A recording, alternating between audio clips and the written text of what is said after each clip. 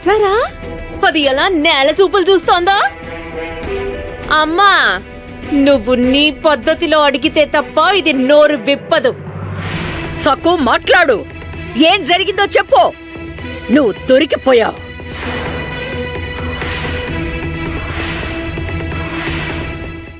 యమునా, నా గదిలో బెత్త ఉంటుంది, తీసుకురా. 4 తగిలితే గాని ఇది నోరు విప్పదు. వెళ్ళు. చివరిసారిగా అడుగుతున్నా, బంగారు నాణాన్ని ఎందుకు దొంగిలించావు? ఇంకా ఏమేమి దొంగిలించావో చెప్పు. నా ఇంట్లో దొంగతనం చేసేంత ధైర్యం నీకెలా వచ్చింది?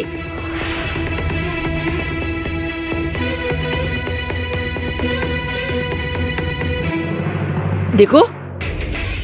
తన్ని కొడితే నువ్వు బాధపడతావని తెలుసు, కానీ ఇంట్లో దొంగతనం జరిగింది. నాకు వేరే దారి లేదు. ఇంతక్కడి నుంచి అడుగుతున్నా, ఇది నోరు మూసుకొని ఉందంటే ఖచ్చితంగా ఇదే దొంగిలించుంటుంది. నేను అమ్మగారు ఆవండి.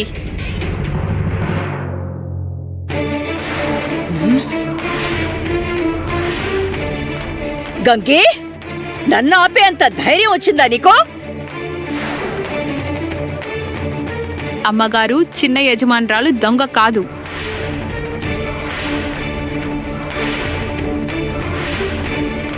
అసలు ఏం జరిగిందో నేను మీకు వివరంగా చెప్తాను. ఇందాక వాకిట్లో నేను నా కళ్ళారా చూశానమ్మగారు. చిన్నమ్మగారు అయ్యగారి కాళ్ల వేళ పడి ఎంతగానో ప్రాధేయపడ్డారు. లక్ష్మీ పూజ రోజు ఇంట్లో ఉన్న లక్ష్మిని దొంగిలించి తీసుకువెళ్లి జూదం ఆడొద్దు అని. అయినా గజ అయ్యగారు వినలేదు. చిన్నమ్మగారిని నానా మాటలు అన్నారు. చివరికి చిన్నమ్మగారు అత్తయ్య గారిని పిలుస్తాను అన్నారు. అత్తయ్య గారు, తీసుకో నీ నాణం. వెంటనే ఆయన నాణ్యాన్ని తీసిచ్చారు. ఇదంతా నా కళ్ళారా చూశాను అమ్మగారు. బాగుంది బాగుంది, భలే. నేను చెప్తే మాత్రం ఎవరు నమ్మకండి. ఈ దిక్కుమాలిన పని మనిషి గంగి చెప్తే మాత్రం నమ్ముతున్నారు. ఇది నాటకాల రాణి ఏవో కట్టుగా తరలి చెప్తోంది. లేదమ్మగారు, నేను అబద్ధం ఆడలేదు. నేను భగవంతుడి మీద ప్రమాణం చేసి చెప్తున్నాను. చిన్నమ్మగారిది గంగాజలం లాంటి స్వచ్ఛమైన మనసు. కేవలం ఈ ఇంటి పరువు పోకూడదనే మీరు ఆవిడ మీద నింద వేస్తున్నా కూడా ఎదురు మాట్లాడకుండా మౌనంగా ఉన్నారు. నెల జీతానికి పనిచేసే పని మనిషివి నువ్వు నన్ను దొంగ అంటావా? నాకు అర్థమైపోయింది. సక్కు చేసిన దొంగతనంలో నీకు వాటేస్తారనుంటుంది. అందుకే అడగకుండా ఒట్లేస్తున్నావు. నీకేం అర్హత ఉందనే ఆ విషయాల్లో జోక్యం చేసుకుంటున్నావు. నిన్ను బాబాయ్ ఆపండి. సక్కుది ఎంత నిర్మలమైన మనసో ఈ ఇంట్లో ఉంటున్న ప్రతి ఒక్కరికి తెలుసు. క్షమించండి బాబాయ్, మీ చేతి వాటం గురించి కూడా ఇంట్లో వాళ్ళందరికీ తెలుసు. లక్ష్మీ పూజలో పెట్టిన నాణ్యాన్ని దొంగిలించి జూదబాటానికి బయలుదేరారు. కానీ ఎవరి మీద నింద మోపుతున్నారు? ఈ చిన్న పిల్ల మీద. సక్కుకి తెలుసు లక్ష్మీ పూజ జరిగే రోజున ఇంట్లో నుంచి లక్ష్మి బయటికి వెళ్ళకూడదు అని. తను మిమ్మల్ని బ్రతిమలాడింది, కాళ్ళ వేళ్ళ పడింది. కానీ మీరు తనని దొంగ అంటున్నారు. ఇక గంగి లాంటి నిజాయితీ పర్రాల మీద చేయి చేసుకోపోయారు. చాలు, ఇంకా నమ్మించడానికి ప్రయత్నించకండి బాబాయ్. చాలా దిగజారిపోయారు. చివరికి కోడలి చేత చెప్పించుకున్నారు. ఇది ఈ కుటుంబానికి అవమానం. తప్పనిసరిగా మీరు శిక్ష అనుభవించాల్సింది.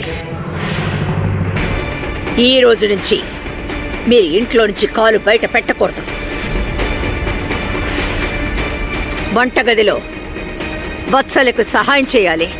పొయ్యి వెలిగించి వంట చేయండి, ఎంగిలి కంచాలు తీయండి. మీరు శిక్ష విధించింది ఆయనకా లేక నాకా? ఎలాగైనా అనుకో, మీ ఆయన శిక్షను అనుభవించాల్సిందే. కానీ నీకు ఈ శిక్ష వద్దా? సరే, దిగో. సిపాయిల్ని పిలిపించు.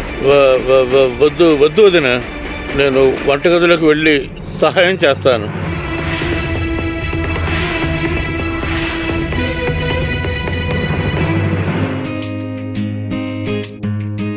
ఏవండి? అరే ఉండ నువ్వు తొందర ఎందుకు? వద్దండి, మళ్ళీ అత్తయ్య గారు మిమ్మల్ని తిడతారు. తీసుకోండి. పర్లేదులే, నేను హారం తీసుకోవడానికి రాలేదు. సకు నిన్ను పొగడ్డానికే వచ్చాను, మనసు పూర్తిగా. అవును సకు, సరువు అమ్మ నీ గురించి చెప్పింది నిజమని నిరూపించావు. భలే భలే, సఖుకి ఆత్మాభిమానం చాలా ఎక్కువ. నువ్వు చాలా ప్రత్యేకమైన దానివి. సకు నువ్వు చాలా మంచిదానివి. ఎప్పుడు నన్ను అంటావు కదా, ఈరోజు నేను నిన్నంటున్నాను. నీలాంటి గుణవంతురాలు నాకు భార్య అవ్వడం ఏ జన్మలోనూ చేసుకున్న పుణ్యం. నువ్వు ఈ ఇంటి గృహలక్ష్మిగా నీ బాధ్యతను సక్రమంగా నిర్వర్తించావు. ఎంతో ధైర్యంగా బాబాయిని ఆపావు నువ్వు.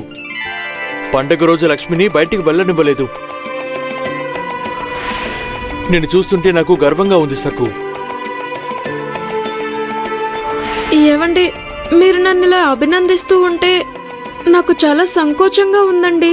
ఏవండి, అయినా నేను ఏమంత గొప్ప పని చేశాను? నా కర్తవ్యాన్ని నేను నిర్వర్తించాను. సకు నువ్వు చేసింది చిన్న పని కాదు. సరే గాని ఇది చెప్పు, నీకు పండకి ఏం కావాలి? సరోజబామ్మ చెప్పింది కదా కానుకలు అడిగి తీసుకోమని. నాకు తెలుసు నువ్వు నోరు తెరిచి ఏది అడగవు అని, అందుకే నేనే అడుగుతున్నాను. చెప్పు, ఏం కావాలి?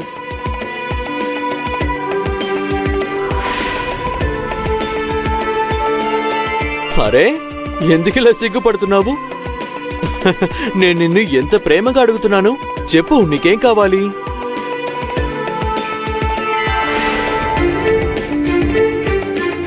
దీపావళి ముగిసిన మరుక్షణం నిన్ను బాబాగారి ఆశ్రమానికి తరలిస్తాను. ఏవండి, నాకు జీవితాంతం మీ తోడు కావాలి, అంతేనండి. మీరు తోడుంటే ఎంతో ధైర్యంగా ఉంటుంది. మీరు నాకు ఈ వరం ఇస్తే చాలు, ఇంకేం వద్దు. నేను ఈ జన్మంతా నీకు తోడుగా ఉంటాను సకు. ఈ ఒక జన్మే కాదు, 7 జన్మలు నీకు తోడుగా ఉంటాను. నువ్విలా తప్పించుకుంటే నేను ఊరుకోను సకు. పండక్కి నీకేం కావాలో చెప్పు.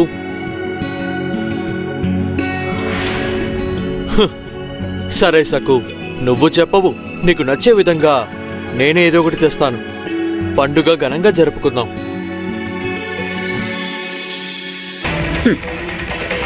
7 జన్మల సంగతి అట్టుచండి. ఈ జన్మలో మీ ఇద్దరిని నేను విడదీస్తాను.